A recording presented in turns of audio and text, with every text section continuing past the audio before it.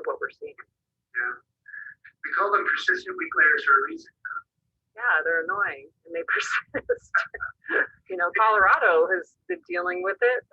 They've unfortunately had 4 fatalities, and just the last, I think the first one was on the 18th and last one was on the 26th. That's too many, and they're dealing with the same issue, and we don't want to deal with that here. We're going to try our hardest to, keep getting the message out that this is the time of this season to just dial it back.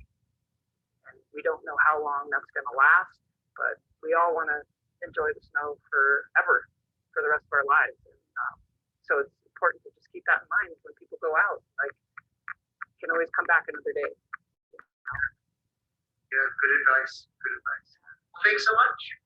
Yeah, thank you, and good luck. So yeah, that's just one example of a conversation dropping the danger from considerable to moderate for the next forecast the next day. Like they said, it's a really challenging problem to forecast for because there is a lot of uncertainty with those persistent weak layers. Okay, so keep going. So could we use data? Oh no, I lost it. Could we use data to make this decision easier? That's the question I had. So 2018, there was an ISSW study done by Koensberg, the release of avalanches on persistent weak layers in relation to Colorado, or loading events in Colorado.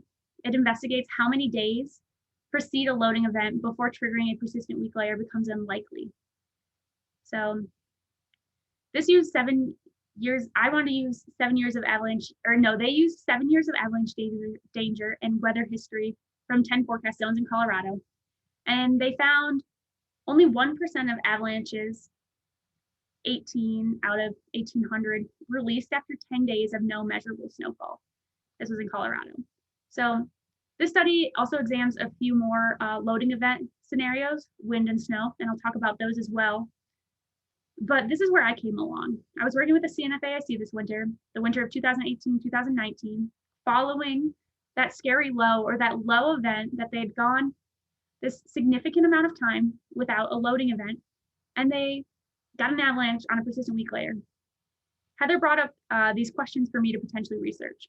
How does Turnagain Pass's weather history and avalanche danger measure up to what they researched in Colorado? Was the Twin Peaks avalanche incident an outlier?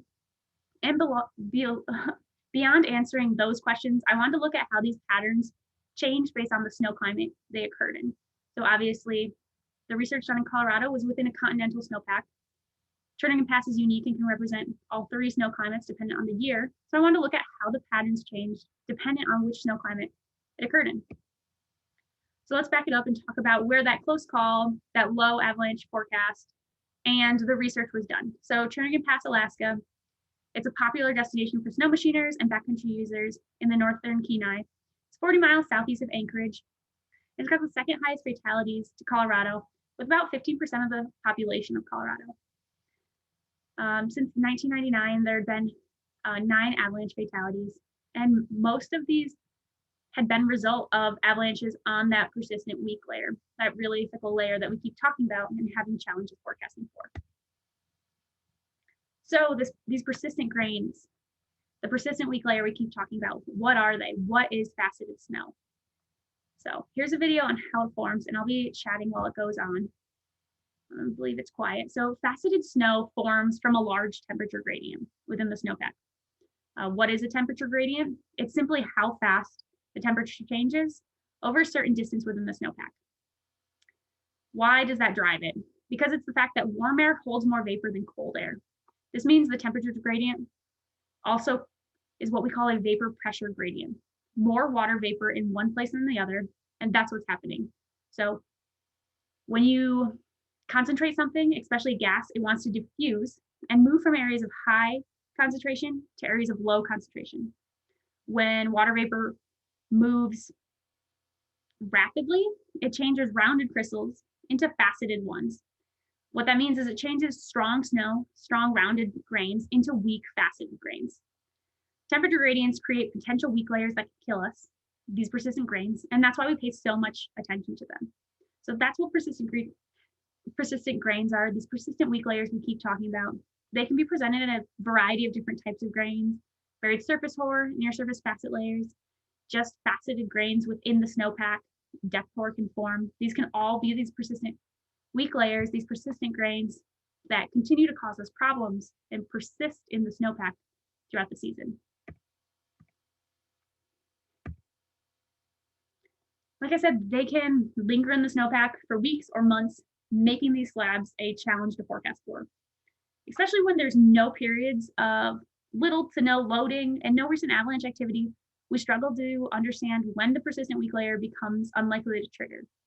This is especially prevalent when we're seeing like propagation propensity within the snowpack, meaning we're still seeing results within our snow pit, but we're not seeing any loading events, and we're not seeing any natural avalanche activity occurring. So we're seeing propagation still being a possibility, but we're not seeing those red flags that kind of tell us that it's still there, it's still active. The reason this was a focus beyond the obvious dangers that every avalanche center was that near miss. That's kind of what drove the idea to focus on this and how we, or if it was appropriate and when it's appropriate to drop it to low. So after this incident, we looked at previous studies focusing on the persistent weak layer and when it felt, yeah, like I said, appropriate to drop it to low. So I talked about the previous study. It was the purpose of the study in Colorado was to look at how persistent slabs become more unlikely after a period of minor loading events and very little precipitation. This research did not take account in incremental loading and dry periods. And in Colorado, it was found that less than 15% of the avalanches released 10 days after what was defined as a loading event, and only 1% of these avalanches released after 10 days of no measurable snowfall. Turnagain Pass has a coastal location and a lower elevation that leads to issues at sea level while having dry snow in the mid to upper elevation bands. For this very reason, Turnagain Pass doesn't align very neatly into one of the three snow climates, the maritime, coastal, or the coastal, continental, or intermountain. Depending on the year, Turnagain Pass has represented continental, coastal, and intermountain. So the study that I did does two things. It looks at the avalanche patterns following loading events for Turnagain Pass as a whole, as well as it looks at Turnagain Pass as it represents different snow climates to see if the patterns can be identified in relation to climate years. Turnagain Pass does also represent an Arctic maritime snow climate, so it could be a sort of similar snow climate as you guys have in the Northeast. So the data and methods I used. So first I wanted to identify the snow climate. You can see here I've got the graph in which you identify a snow climate. It's just based on precip temperatures, the December temperature gradient, because that's when facets primarily form, the SWE and the snowfall. From there, you kind of pump out a chart and you are able to get the snow climate that the entire year represented. From there, I looked at avalanche data. Since Turnagain Pass can have both dry persistent issues at upper elevations and wet avalanches at low elevations, we chose to use both wet and dry avalanches because it could have been a persistent weak layer at upper elevations, but reported as a wet avalanche at lower elevations. And then from the initial data set, we did choose to not include glide avalanches because they are mysterious beasts and I do not think this data will help them. So we removed them and we had 345 avalanche event days. For the weather and data, so loading events, I talked about there's a couple different types of loading events that we identify. The first is a snowfall loading event. So a 24-hour period in which snowfall totaled 4 or more inches or snow water equivalent totaled 0.4 inches, or 2 or more consecutive days of snowfall totaling 6 or more inches or snow water equivalent of 0.6 inches. Then there's a snow and wind loading event, and that's the combination of the above snow loading event, as well as a day with wind speeds averaging 10 miles per hour with gusts of 25 or 20 miles per hour higher, and precipitation the day before equaling one of the two loading event criteria of the snowfall. So say Monday, you had to have that snowfall loading criteria of 4 inches, and then Tuesday, you had these wind events, or they overlapped. And then the final is just days without precipitation as well. So a day without any measurable snowfall or precipitation of any event. It's just a day without any precip. And so how I compared the avalanche event days, and this is kind of as I continue talking about avalanche event days and like day 0, day 1, I just want to break it down a little bit because it could get a bit confusing. For both the snow and the wind loading events, if snowfall or wind loading event occurred on Monday, Monday would be day 0. Day 1 would be the day after. Precipitation, if the snow fell for data set 3 for the precip or no measurable precip, if snow fell red 3 inches on Monday and the avalanche occurred on Thursday, then there would be 2 days without precipitation. So Tuesday and Wednesday. So that's how we break it up. There, day 0 doesn't occur, like the day after is day 0. So the results for snow climate. Turnagain Pass represented an Intermountain snow climate 2 years, a coastal snow climate 4 years, and 1 year Continental, which I felt pretty fortunate for my data set that I was able to have data from every snow climate within those 7 years. Since 1984, Turnagain Pass has had 4 seasons of Continental, 14 seasons of Intermountain, and 18 seasons of coastal. So the 7 years show a pretty consistent pattern to what the previous years that snow climate had been looked at since 1984. It's been a pretty consistent pattern. So not a big outlier in our data. So combining that data and starting to look at what I found. For the snowfall and wind loading events, so the second data set, we found that 88% of avalanche event days, both dry and wet avalanches, occurred within 3 days of a snowfall loading event. And 98% of all avalanche event days released within 7 days of a snowfall or wind loading event. Now looking at days with 0 precipitation, so not a measurable loading event. So after 3 days, 92% of all avalanche event days, both wet and dry, that will occur have occurred. After 7 days of 0 measurable precipitation, 98% of all avalanche event days, both dry and wet, will have occurred. And then looking at even deeper, at 10 days of 0 precip in our data set, 99% of all avalanche event days that will occur have occurred. After 17 days of 0 precip, within our data set, 100% of all the avalanches occurred. So we didn't have any outliers farther than 17 days out of 0 precip. So what could that mean for us in Utah and the Northeast? So we represent more of an intermountain snow climate here. You guys might not care about Utah unless you're coming out here for vacation. And then right now, just with precip totals and looking at kind of at that snow climate, I'm going to lump the Northeast more into a coastal, just based on those 3 snow climates. I know that you guys kind of fall into something a little bit different, but we're going to talk about what that means for you guys. So for the days since snow and wind loading event, within 1 week of snow loading, 86% of Intermountain and 90% of coastal avalanche event days that will occur have occurred.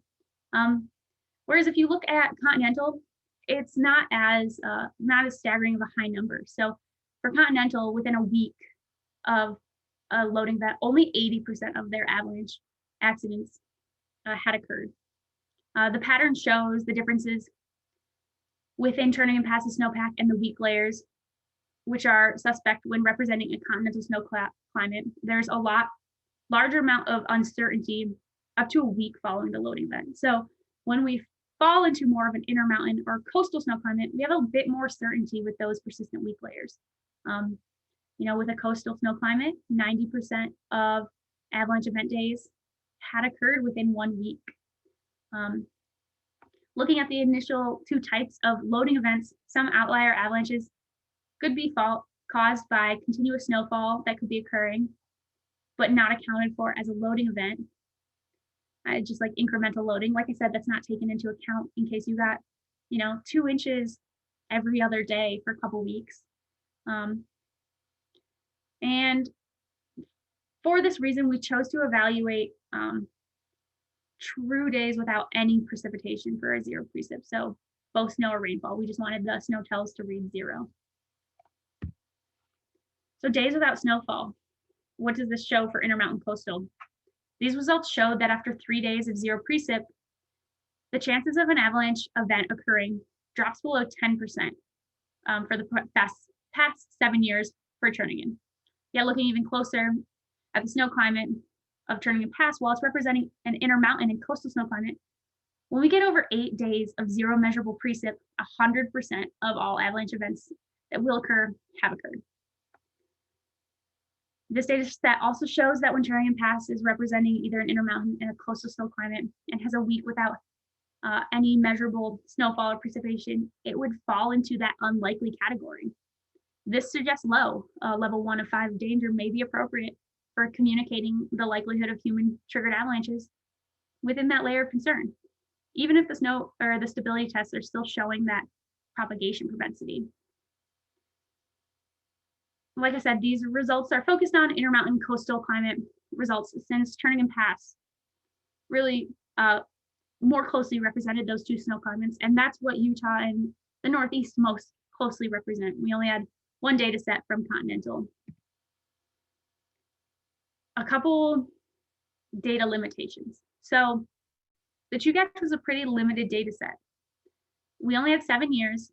Alaska, where I was looking, was like 200 square miles. There's ranges in the lower 48, like the entire Wasatch is over 8,000 square miles. We had, for my data set, 345 reported cited avalanches in 7 years. Looking at a larger data set, like in Utah, we had 250 avalanches reported in just the 2017-2018 data set. So being able to look at a larger data set may give us a more concrete numbers and less outliers. Another limitation is the time periods without loading. So given that Turnagain Pass primarily does represent an intermountain and a coastal snow climate, there's generally less consistent periods of no precipitation in general. So this could cause the data to kind of look as though all the avalanche events had occurred within those initial days, but there could just be less large, clear windows of weather without loading. Moving forward, I would like to look at more snow climates. So doing the research in a region that more exclusively represents just an intermountain snow climate or just a coastal snow climate, looking at unique snow climates like the Northeast, which seems to have a less consistent, persistent weak layer, but obviously avalanche dangers of their own. So looking at avalanche events that occur and following loading events. As well, looking at a larger data set would be beneficial to see if the pattern we saw does closely follow all of these different snow climates. While this research won't necessarily help solve the problem when it comes to deciding when to drop the danger rating too low, it can hopefully be another tool in the toolbox when having the discussion. So now when you look back at how many days it has been since the last loading event, what type of loading there has been, if there's been a large wind event within 7 days or within those 8 days, or if there's been no new snowfall, does it truly mean that we can drop an intermountain or a coastal snow climate to low? So it's just another tool to have in the discussion the night before. So that's on my research and a little bit about the difficulties of the persistent weak layer. Huge thanks to the Chugach, which helped me with this research, and Heather, who has written a great TAR article kind of putting this all together as well. If you want to check out a written version. You can also find my research, the full paper at the cnfaic.org under their additional resources. So. Thanks, Nikki. That was excellent and super interesting. We have some time for questions. So if you have a question, please feel free to use the Q&A box. And then also what we can do is if you use the raise hand feature, we can call in you and we can have you on here live. And maybe while we're waiting for that to happen, Nikki, I have one question. Yeah.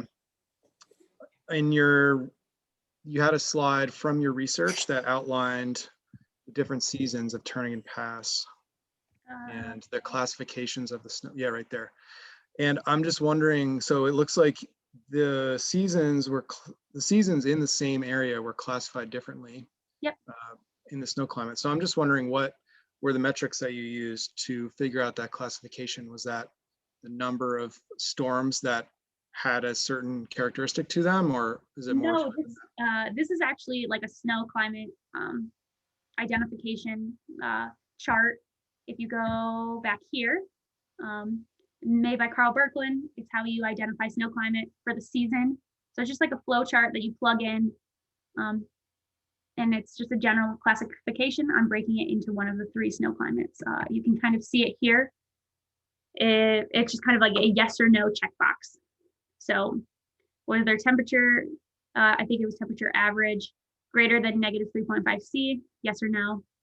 December temperature gradient, greater than 10 C per meter, SWE over 100 centimeters, and then temperature less than, or yeah, was the temperature ever less than negative 7 C.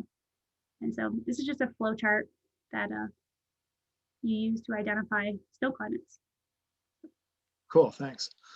Yeah, and this is based on research that Wendy Wagner had already done for Turnagain Pass, and that's where I got the data for all the years before 2011, because she had already looked at this, because it is a unique snow climate.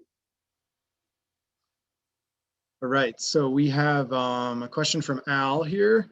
Al says, fantastic discussion, very useful piece of information for backcountry travelers. Is there any way, Al's an area provider, is there any way he can access that video with Wendy and the other gentleman with that conversation, the forecasting conversation? Oh yeah, that's a page, our forecaster from Logan actually, but that's available just on the UT Abbey YouTube. You can find it. And I believe it's also in a blog post on our website, UtahAvalancheCenter.org. Within blogs, we talk about the difficulties of dropping a persistent weak layer. Okay, awesome. Yeah. Sorry about that, Paige. And then somebody's asking if, you know, maybe, or a link to your paper. So maybe what we'll do, Nikki, is grab that link from you after this, and we can post that when we post the recording of this talk. That'd be helpful for some people who are interested. Yeah, visuals are always kind of nice, so I understand wanting to read it. Okay, anything else from folks out there?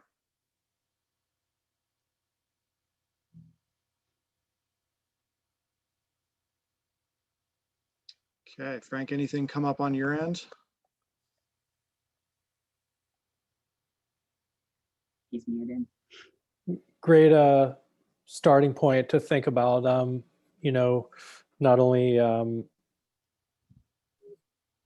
medicine and difference between low and moderate danger ratings and how people might think about those as they're going in the field, but further just fodder for folks to really dig hard into consequences, because an avalanche on a low day will kill you just as much as an avalanche on a moderate day. And I think some of the interesting thoughts that I had in my mind with those outliers is, you know, the potential for reclassification of snow climate regimes around the world, not only as climates change, but also just a acknowledgement that kind of those 3 simple classifications, you know, may not adequately reflect the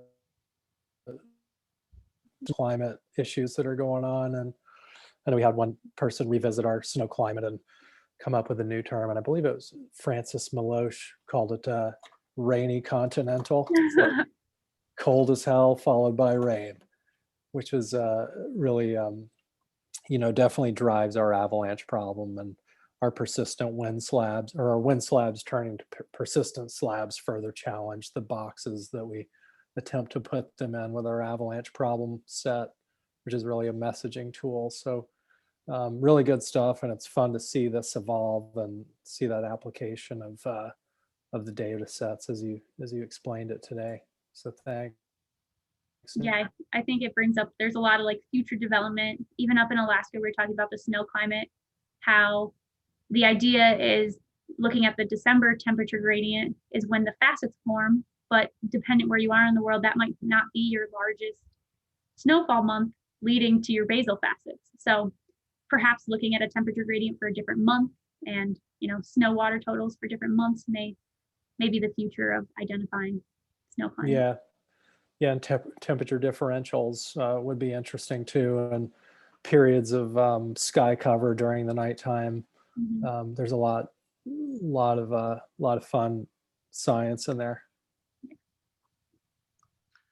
Frank, a question for you from Anything John. else? Looks like Yeah, I got one for you actually, Frank, from John, and I'm a little confused. This might make sense to you. Does MWAC include a days since rating change type info in your forecast? Does that ring a bell?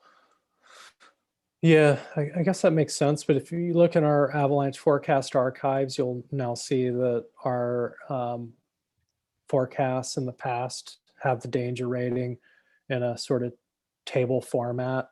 So you could easily look back at how those danger ratings have changed over time. I know a number of people over time look at our forecast ratings and assign them, make spreadsheets for entire years as well. Those products exist out there. I guess if your larger question is, do we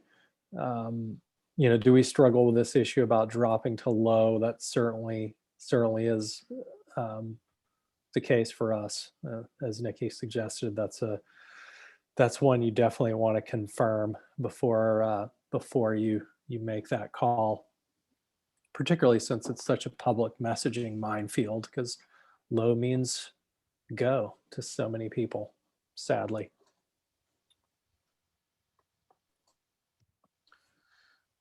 All right, John, well, you just let me know if I answered your question. so that sounded like a good answer to me. So Nikki, thanks a ton for taking the time to come on and present your research and this presentation.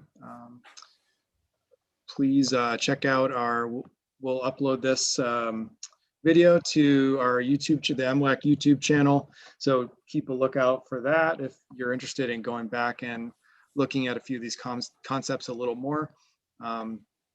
Otherwise, thanks everybody and have an awesome night. Thanks, Pat. Thanks, Nikki. Yeah, thanks Good for night, having me. everybody.